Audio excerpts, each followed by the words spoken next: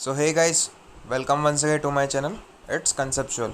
So today we are going to talk about iron therapy and iron deficiency anemia. And उसके treatment में हम बात करेंगे iron therapy, that is the oral and parenteral iron therapy. Okay, so basically हम पहले anaemia समझेंगे, फिर उसका थोड़ा सा आगे आयरन थेरेपी हम मूव ऑन करेंगे. Okay, so what is iron deficiency anaemia? It is also a type of microcytic anaemia. अब माइक्रोसाइटिक का मतलब होता है सेल साइज छोटी हो जाना. ओके, सो देखेंगे तो उसके सिम्टम्स क्या क्या है. That is shortness of breath, that is dyspnoea, and next is fatigue, can lead to increased workload on heart, tachycardia and dizziness. Simple सी बात है, अनीमिया मतलब क्या है? It is loss of RBC. Okay, तो that is called as anaemia. तो उसमें fatigue, फिर tachycardia, dizziness, shortness of breath and increase workload of heart होगा. सो आयरन हमारी बॉडी में करता क्या है? तो it is important component of haemoglobin. तो हम हीमोग्लोबिन कैसे बनता है? पोरोफायरिन 9 एंड फिरोचोलेटेस, वो दोनों हीम बनाते हैं and that haem makes the haemoglobin. अब आयरन ही कम है तो हीम भी कम बनेगा, एंड हीम कम बनेगा तो हीमोग्लोबिन कम बनेगा. So without iron it is not possible to make haemoglobin. So haemoglobin कम होगा तो ऑक्सीजन कैरिंग कैपेसिटी भी कम होगी, एंड अगर ऑक्सीजन कैपेसिटी कम हो जाएगी तो ऑब्वियस सी बात है जो टिश्यू की जो मेटाबॉलिज्म के लिए जो ऑक्सीजन डिमांड होगा वो कम पहुंचेगा, तो that will lead to the increase workload. तो सेल को ज़्यादा काम करना पड़ेगा लाने के लिए. सिंपल सी बात है. Since haemoglobin takes up most of the cell volume, so if haemoglobin decrease cell will also decrease. ठीक है, एंड वो कैसे डिटरमाइन होता है? That is the MCV. तो एमसीवी का फॉर्मूला है haematocrit into 10 upon total number of RBC, that is in trillions. And haematocrit, what is haematocrit? It is the ratio of volume of cells to the total volume of blood. तो उसका basically जो M normal आता की range होती है वो almost 90 फेम्टोलीटर्स के आसपास होती है. बट माइक्रोसाइटिक है तो सेल साइज घट जाएगा, तो मतलब ऑब्वियस सी बात है जो एम होगा वो 90 फेम्टोलीटर्स से कम होगा. So that why it is called the microcytic anaemia. And causes क्या हो सकता है हमारे एनीमिया के? That is blood blood loss, that is ulcer, usually in women due to menstruation, मतलब पीरियड्स के वक्त, and low iron diet, low iron in the diet, that is common in vegetarian. Okay, so ये एक short सा brief सा idea है फी deficiency anaemia के बारे में, that is the iron deficiency anaemia. So now let's move on to the iron therapy. तो उसमें भी हम एनीमिया के बारे में थोड़ी सी और जानकारी लेंगे, फिर आयरन का जो कैसा डेली इंटेक है वो हम पढ़ेंगे, and then will move on to the therapy. Okay, so coming to the topic, that is drug treatment of iron deficiency anemia, also known as the iron therapy. Okay, so basically हम इसमें दो parts देखेंगे, that is oral and parenteral. So पहले मैंने आपको anaemia तो बता ही दिया एक short brief, but now let's look properly what is anaemia. तो डेफिनेशन में क्या है? डेफिनेशन अनीमिया की क्या है कि मैंने पहले ही बताया कि आपको लॉस ऑफ आरबीसीस हो जाएगा, एंड जो एरिथ्रोपोइसिस में उसमें डिफेक्ट आएगा. ठीक है, okay. And causes of anaemia क्या है? Mainly anaemia occurs when balance between production and destruction of RBC is disturbed by blood loss, फिर impaired red cell formation due to deficiency in iron या vitamin B12, फिर bone marrow depression होगा, तो bone marrow अगर RBC बना ही नहीं पाएगा तो ऑब्वियसली बात है सर्कुलेशन में भी कम आएंगे, तो that will lead to the blood loss and erythropoietin deficiency. उसकी वजह से एरिथ्रोपोइसिस ढंग से नहीं हो पाएगा तो भी आरबीसी की कमी हो जाएगी, एंड डिस्ट्रक्शंस ऑफ आरबीसी बढ़ जाएगा हीमोलिटिक एनीमिया में, तो that will also lead to the abnormal RBC count. Okay, अब बात करते हैं आयरन डेफिशिएंसी अनीमिया की. तो मैंने आपको पहले ही बताया कि हीमोग्लोबिन हीम प्लस ग्लोबिन से बनता है, एंड हीम को बनाने के लिए प्रोटोपोरफायरिन 9 प्लस फेरोचुलेटेस कंबाइन होता है. बट अगर आयरन डेफिशिएंसी होगी तो हीम नहीं बन पाएगा, एंड हीम नहीं बन पाएगा तो ऑब्वियस सी बात है हीमोग्लोबिन कम बनेगा. सिंपल है. ठीक है. The when iron is in inadequate amount, small erythrocytes with insufficient hemoglobin are found, giving rise to the microcytic hypochromic anemia. Okay. So clinical features are pallor, fatigue, dizziness, exertional dyspnea, and total body content of iron is 3.5 to 4 gram in adult male and 2.5 gram in male. ठीक है. Daily requirement की बात कर लें तो adult को almost 0.5 to 1 milligram चाहिए, फिर मेंस्ट्रुअल फीमेल को 1 to 2 gram per day, in pregnancy it is up to 3 to 5 milligram per day, in infant 60 microgram per KG and in children 25 microgram per KG. ठीक है।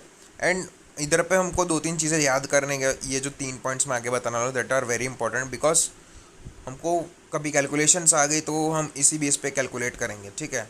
जैसे drug dose हमको decide करना है या फिर कोई भी ड्रग हमको देना है आयरन थेरेपी का, तो हम कैसे देंगे। ठीक है। तो 5 to 10% of dietary iron is absorb, तो हम जितना भी लेंगे उसका 5 to 10% एब्जॉर्ब होगा। ठीक है। So 1 molecule of haemoglobin is 33% of iron, 1 ml blood loss is 0.5 milligram of iron loss. Okay. अब डाइटरी सोर्सेज में क्या क्या आएंगे, दैट इज़ रिच में liver, egg yolk, dry beans, dry fruits, wheat gram, germ, yeast, medium मतलब meat, chicken, fish, banana, apple, and poor source of iron are milk and its products and root vegetables. Okay. Heme iron is better absorbed but forms smallest fraction of dietary fiber. Okay, that is around 6%. Dietary iron, heme or non-heme, that is inorganic iron. Non-heme iron and iron in inorganic form is present as ferric form, that is Fe3 plus and must be reduced to Fe2 plus. ठीक है। तो non-heme iron वो क्या चाहिए, Fe3 plus को Fe2 plus में वो convert होगा। ठीक है। एंड तो ही वो एब्जॉर्ब हो पाएगा। ओके। तो इधर पे हम फार्माकोकाइनेटिक्स देख लेते हैं। ओके, कैसा क्या हो रहा है। Dietary iron is mostly ferric form, sorry, in stomach क्या होगा कि Fe3 प्लस से Fe2 प्लस में कन्वर्ट होगा। Okay. And but in mucosal cells में आते आते Fe2 प्लस से Fe3 प्लस में कन्वर्ट होगा, that is in ferric form. फिर वो एपीफेरिटीन के साथ कंबाइन हुआ and stored as ferritin, and then iron is slowly released into the circulation in the ferritin form. Okay. in plasma क्या होगा, Fe2 plus से भी Fe3 plus convert हो जाएगा। Okay.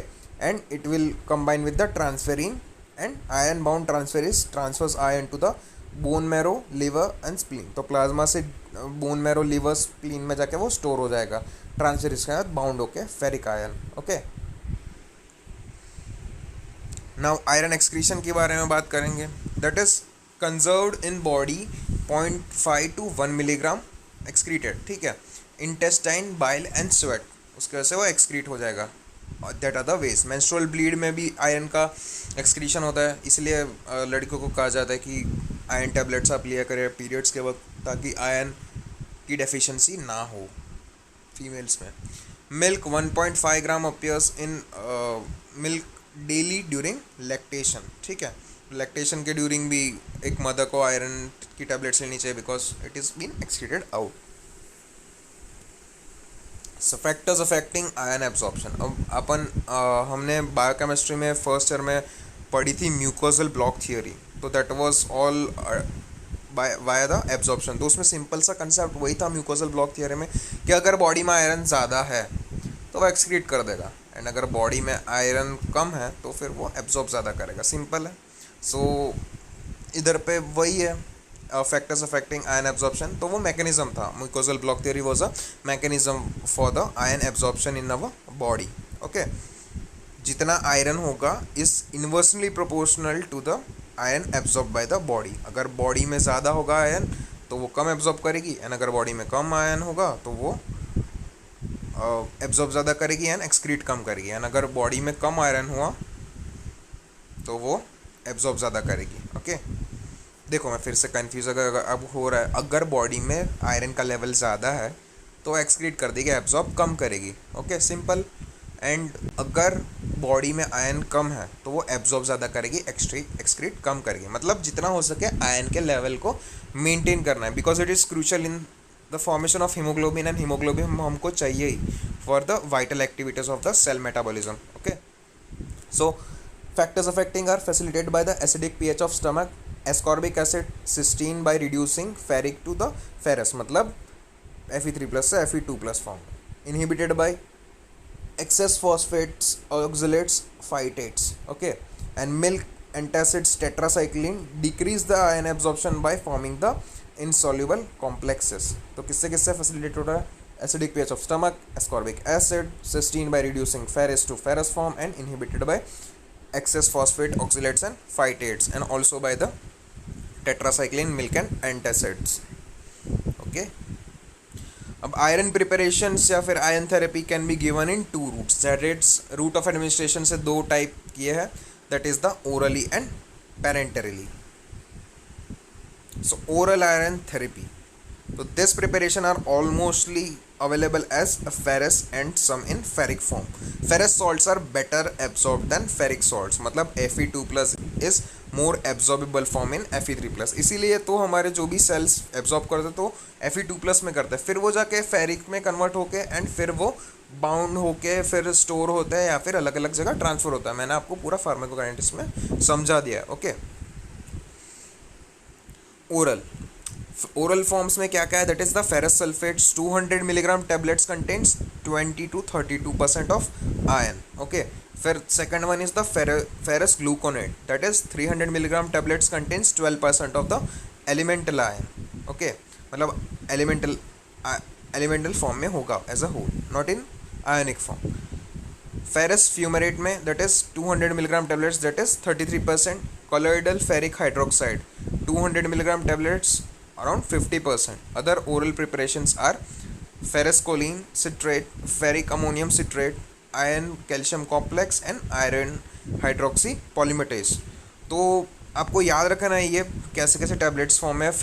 देखो कितने बेसिकली चार मेन थे, that is ferrous sulphate, ferrous gluconate, ferrous fumarate, colloidal ferric hydroxide. Okay. अब ferrous sulphate that is 200 milligram tablets contains 22 to 32% iron. फिर फेरस ग्लूकोनेट एलिमेंटल फॉर्म होता है, that is 12%.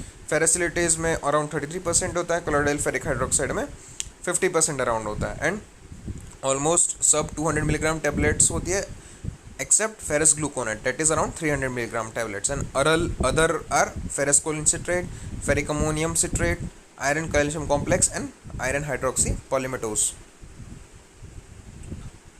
Iron is poorly absorbed in the form of carbonate, citrate and pyrophosphate, colloidal iron and iron carbohydrate complex. तो ये अगर form में होंगे, that is colloidal ion या फिर आयरन कार्बोहाइड्रेट कॉम्प्लेक्स या फिर सिट्रेट या पायरोफॉस्फेट के फॉर्म में, तो वो कम एब्जॉर्ब होंगे. सो फॉर्म्स कौन से फॉर्म्स ओरल थेरेपी में दिए जाते हैं, tablets, capsules, sugar coated and uncoated tablets, slow release tablets and chewable tablets, and drops and syrups are used in children. तो ओरल थेरेपी में बेसिकली हमको फिर से मैं बता रहा हूँ आपको, फिर से देखिए आप, that is ferrous sulphate, ferrous gluconate and ferrous fumarate and colloidal ferric hydroxide. Okay. So आपको ओरल थेरेपी में ये याद रखना है. एंड पायरोफॉस्फेट, फिर colloidal iron and iron carbohydrate complex में वो कम एब्जॉर्ब होता है. एंड फॉर्म्स आपको याद रखना है. ओके. डोजेज में that is 200 milligram of elemental iron in 3 divided doses produce maximal haemopoietic response. Prophylactic dose is 30 milligrams daily. Okay. Absorption better on empty stomach but side effects are more. ठीक है. Empty stomach में हम absorption better होगा but side effects भी थोड़े देखेंगे. Okay. अब आ जाता है इंपॉर्टेंट पॉइंट्स कौन से याद रखना है. Elemental iron and iron content and not quantity of iron compound per unit dose to be considers. ठीक है. तो उसकी जो iron content and quantity of iron compound per unit dose है वो कंसिडर हमको ज़्यादा नहीं करनी, बिकॉज कहीं ना कहीं इम्प्योरिटी होगी. Okay. Sustain release preparation expensive and irrational. तो जो हमारे प्रिपरेशन के कॉस्ट होंगे वो बढ़ेंगे, बिकॉज एलिमेंटल फॉर्म प्योर हमारी ह्यूमन बॉडी के अकॉर्डिंगली बनाना, that's a tough task. Okay. Liquid formulation should be put on the back of the tongue and swallowed. Okay. तो एलिमेंटल आयन की एक तो क्वांटिटी फिक्स नहीं होगी, फिर एक तो सस्टेन मतलब कॉस्टली है एंड इरेशनल भी हो सकता है, and liquid formation swallowed the back of the tongue. This are the important points of the oral therapy. अब इंडिकेशंस में क्या क्या है, that is prophylactic and therapeutic. दो इंडिकेशंस होंगे. तो प्रोफाइलेक्टिक कौन कौन से होंगे, that is pregnancy 100 milligram elemental iron 4 month onward. 4 मतलब फर्स्ट ट्राइमेस्टर कंप्लीट होने के बाद एक आफ्टर 4 मंथ्स. ठीक है. तो 100 mg elemental iron should be given periodically. Okay. Infancy and rapidly growing children में हमको आयन देना पड़ेगा, because it plays a major role. ठीक है. हीमोग्लोबिन की वजह से. प्रोफेशनल ब्लड डोनर्स में हमको 300 milligram ferrous sulphate daily 1 month. ठीक है. तो बिकॉज ब्लड डोनेट कर रहे हैं तो ऑब्वियस सी बात है कि आरबीसी एंड फिर हीम की क्वांटिटी कम होती चली जाएगी, तो उसकी वजह से हमको आयरन देना पड़ेगा। Menstruating woman and following partial gastrectomy.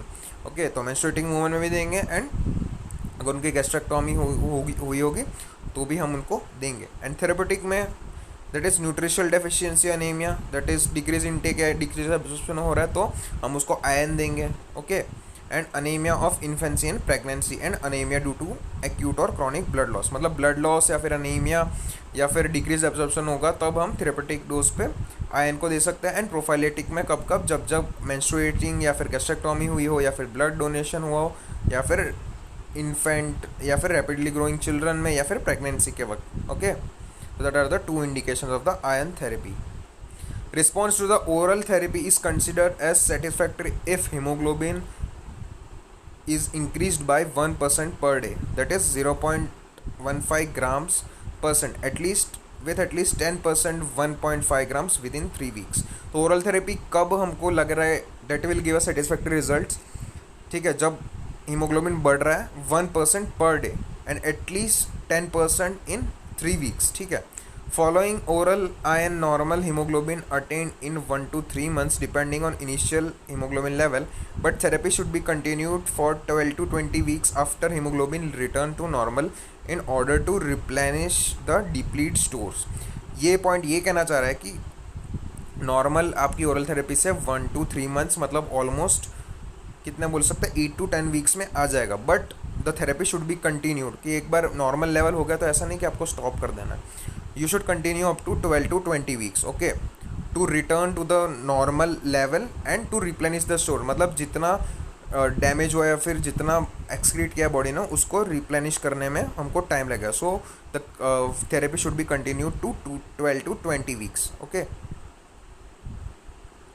अब causes of failure of iron therapy, okay, तो उसके क्या क्या हो सकता है failure, that is incorrect diagnosis, non compliance, continued blood loss, defective iron absorption, super impose infection या इन्फ्लेमेशन एंड अंडरलाइंग यूरेमिया और मैलिग्नेंसी। अब इनकरेक्ट डायग्नोसिस मैंने आपको बताया कि एलिमेंटल फॉर्म में जो इरेशनल हो जाता है तो उसकी वजह से डायग्नोसिस ढंग से नहीं हो पाती, ठीक है। Non compliance because it is not compliant, मतलब वो इकोनॉमिकल भी नहीं है। कंटिन्यूड ब्लड लॉस, अगर अनीमिया है तो फिर we can't give defective iron absorption. अब अगर आप कोई भी, अब हमने देखा कि इट इज़ प्रोलॉन्ग्ड थेरेपी, ठीक है, तो it may show some side effects, prolong therapy के भी साइड इफेक्ट्स हो सकता है, and 5 to 10% is only absorbed, so it may also lead to some complications, okay. अब कोई इन्फेक्शन हो गया उसी टाइम थेरेपी के टाइम्स तो it will lead to the inflammation and cause more complications to the body, okay. Adverse reactions के क्या होंगे, that is constipation is common, okay, फिर एपिगैस्ट्रिक पेन होगा, वॉमिटिंग, हीट बर्न्स होंगे, मेटालिक टेस्ट होगा, nausea and the staining of teeth, that is the adverse effect of the oral ion therapy, okay. अब हम आ जाता है, दैट इज मेन क्वेश्चन, ये बहुत बार पूछा जाता है and one of the most important questions of the blood pharmacology, that is the iron therapy as a whole पूछा जाता है, बट हर बार 2 to 3 years या फिर every year I think almost ये रिपीट होता है ये question. So the indication of the parenteral therapy, okay, तो ओरल पेरेंटरल रूट कौन कौन से होंगे, दैट इज IV, IM और SC, okay. So oral iron is not tolerated, okay, failure to absorb oral iron and non compliance to oral iron, ठीक है, convenient भी ना हो किसी के लिए, okay, in presence of severe deficiency with chronic bleeding, तो हम ओरल आयन हम तब नहीं दे सकते, ओके। तो इंडिकेशंस कैसे होंगे, जब टॉलरेट नहीं हो पाएगा ओरल आयन, या फिर fail to absorb oral iron, या फिर कंप्लाई नहीं हो पा रहा है बॉडी में, या फिर क्रॉनिक ब्लीडिंग हो रही है, एंड फिर अलॉन्ग विथ एरिथ्रोपोएटिन अगर हमको देना तो हम ओरल नहीं दे पाएंगे, तो it will move towards the parenteral therapy, ion therapy, okay. अब कैलकुलेशन में ये फॉर्मूला आपको याद ही रखना है, that is parental ion therapy needs of calculation of total ion requirement of the patient, कि एक पेशेंट को कितना टोटल आयन चाहिए उस हिसाब से हम देंगे। So 4.4 into body weight in KGs and into HB deficit, that is in gram per DL, मतलब कितना HB डेफिसिट या कम है उसका into body weight of the patient and into 4.4, okay. तो हमको अप्रॉक्सीमेटली मिलीग्राम्स में आयरन की रिक्वायरमेंट मिल जाएगी कि फॉर एग्जांपल 200 या 300 मिलीग्राम्स हमको चाहिए आयन, ओके।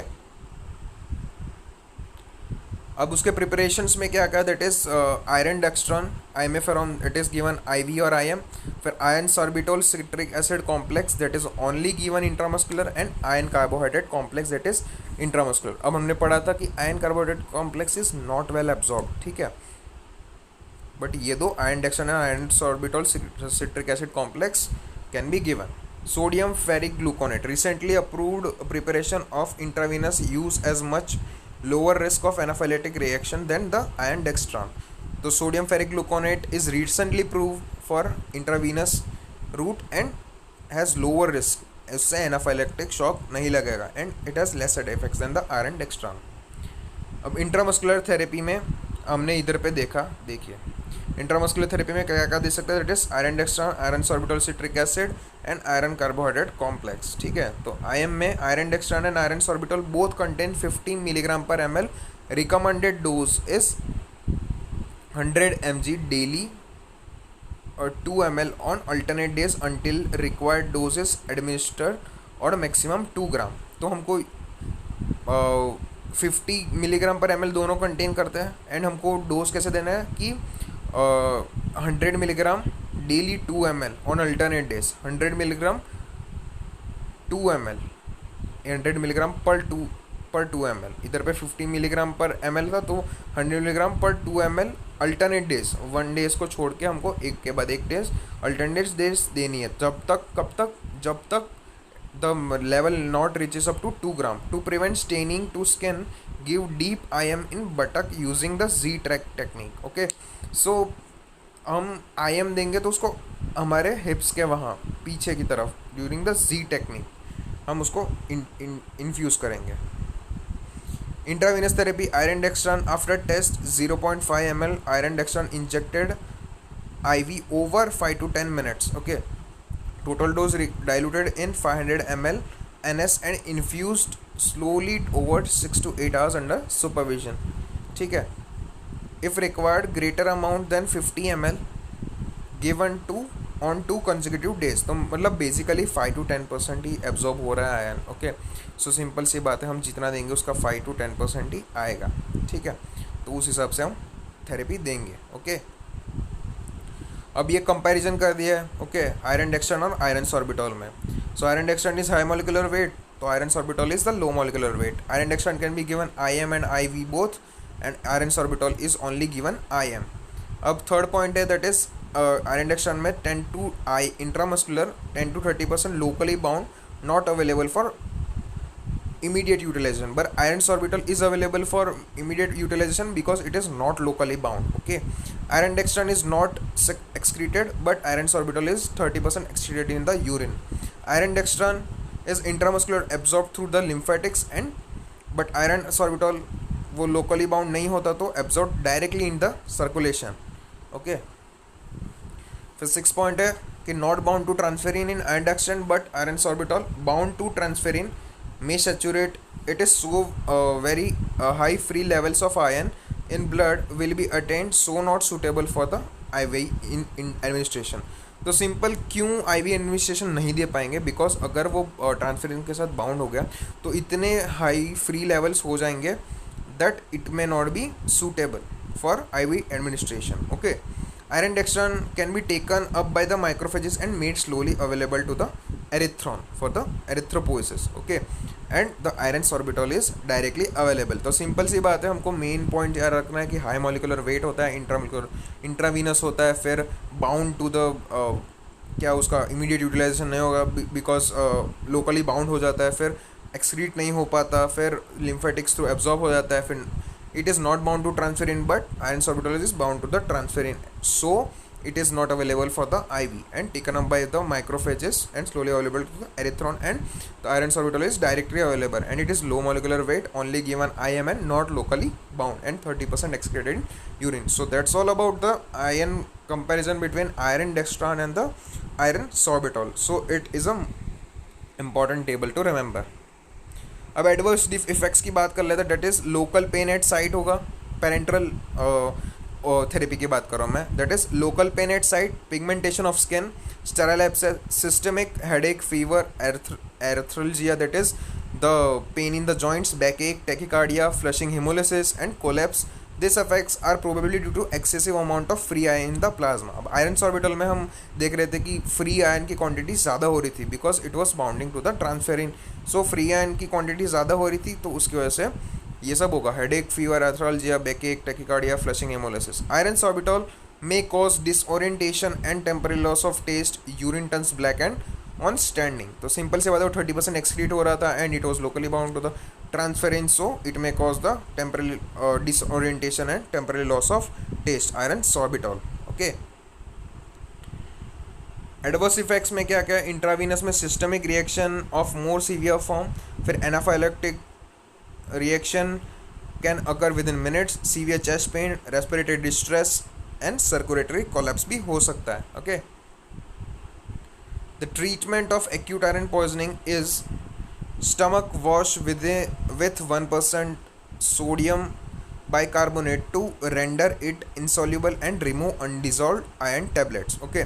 फिर डेस्फेरोक्सामाइन मिज़ाइलेट, ये हमको कंपाउंड याद रखना है, 5 to 10 gram in 100 ml isotonic saline और calcium sodium edetate 35 to 40 milligram per kg to retard the absorption from the GIT. तो GIT का एब्जॉर्प्शन रोकने के लिए डेस्फेरोमाइन मेजाइलेट हम देंगे 5 to 10 grams in 100 ml. Okay. Early replacement of fluids and electrolytes, correction of metabolic acidosis and hypotension by using RLN, the vasopressors की मदद से हम पूरा फ्लूइड्स और इलेक्ट्रोलाइट्स का रिप्लेसमेंट कर सकता है. IV desferrioxamine infusion and diazepam and other anticonvulsants if epileptic kid. तो एक्यूट आयरन पॉइजनिंग में आयरन का लेवल बढ़ जाएगा तो हमको ऑब्वियस सी बात है कि आयरन को ज़्यादा एक्सक्रीट कराना पड़ेगा. तो डेस्फेरोक्सामाइन मेजाइलेट देंगे हम and it will replenish the fluids and electrolytes and decrease the absorption from the GIT. Okay. So excrete हो जाएगा. So that is desferrioxamine mesylate obtain from Streptomyces pilosus. Potent specific chelator of iron binds to ferric iron to form ferroxamine, a stable water soluble chelate. तो water soluble हो जाएगा तो it will be excreted out via the kidneys. Ferroxamine is excreted 2/3 in urine and 1/3 in bile. Colors urine is reddish brown. ठीक है. तो standing पे brown कैसे urine का कलर कैसे हो रहा है, because of the desferrioxamine mesylate. Removes iron from haemosiderin except that in bone marrow. ठीक है. वेल टॉलरेटेड, रैपिड IV में cause hypotension, anaphylactic reaction and tachycardia, allergic reaction and cataract known with chronic administration and contraindicated in renal disease, anuria and pregnancy. because ये एक antidote है acute iron poisoning का, but उसको chronic अगर administration होगा तो it may cause cataract and allergic reaction and well tolerated rapid intravenous may cause hypotension, anaphylactic reactions and tachycardia. Poisoning होगी अगर हम रैपिडली देंगे तो it may cause hypotension, anaphylactic reaction and tachycardia. Okay. And contraindicated in renal because it is excreted through renal. So अगर renal kidneys काम नहीं कर रही होगी तो एक्सक्रीशन ढंग से नहीं हो पाएगा and it may also cause the teratogenic effects. Okay. Uses of desferrioxamine that is acute iron intoxication, मैंने आपको भी बताया, intramuscular 0.5 to 1 gram. Okay. That is 50 milligram per kg, repeat 4 to 12 hourly as required. And intravenous in shock that is 10 to 15 milligram per kg per hour maximum, 15 milligram per kg per hour, maximum 75 milligram per kg in a day till serum iron falls less than 30 microgram per DL. Okay. सो हमको ये दोनों याद रखेंगे. Okay. And देखो इधर पे ये picture में दिखा रखा है कि कैसे हम पेरेंट्रल रूट से हम इंट्रामस्कुलर दे सकता है. Okay. So that's all about the parenteral therapy of the iron. तो मेनली आपको ये कंपाउंड याद रखना है, that is the desferomine mesylate, desferrioxamine mesylate, that is the antidote for the acute iron poisoning. फिर आयरन सॉर्बिटॉल और कहाँ गया, आयरन सॉर्बिटॉल एंड डेक्स्ट्रॉन का ये हमको टेबल याद रखना है, that is important. Okay. And फिर IV थेरेपी, IM थेरेपी, ये आपको एक फार्मूला जो मैंने आपको बताया था, ये वाला फार्मूला वो आपको याद रखना है, calculation of the parenteral ion. Okay. And फिर आ जाते हैं ओरल थेरेपी के बारे में. तो ओरल थेरेपी में हमको ये सब याद रखना है, दैट इज़ कैसे कितना आयन एब्जॉर्ब हो रहा है, कितने देर तक हमको ट्रीटमेंट देनी है, वो सब हमको याद रखना है। ओके, सो आई होप आपको ये पूरा वीडियो समझ में आया होगा। ओके, जो इंपॉर्टेंट पॉइंट्स है वो मैं आपको बता रहा हूँ, कहाँ कहाँ से क्वेश्चंस आ सकते हैं, हमको ओरल कैसे कौन कौन से फॉर्म में होता है, फिर कौन से फॉर्म में एब्जॉर्ब नहीं हो पाता, that is pyrophosphate, colloidal iron and iron carbohydrate complex उसमें, एंड फिर ओरल आयरन थेरेपी, एंड तो basically we are concluded with the this topic, that is the iron therapy and the iron deficiency anemia. Okay, so I hope आपको ये पूरा video समझ में आएगा।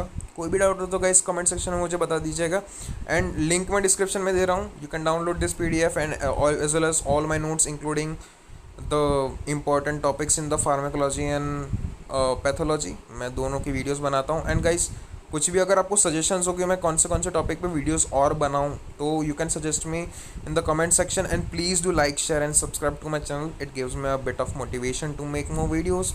सो until then, stay safe, stay happy, stay cool, and see you next time. Thank you.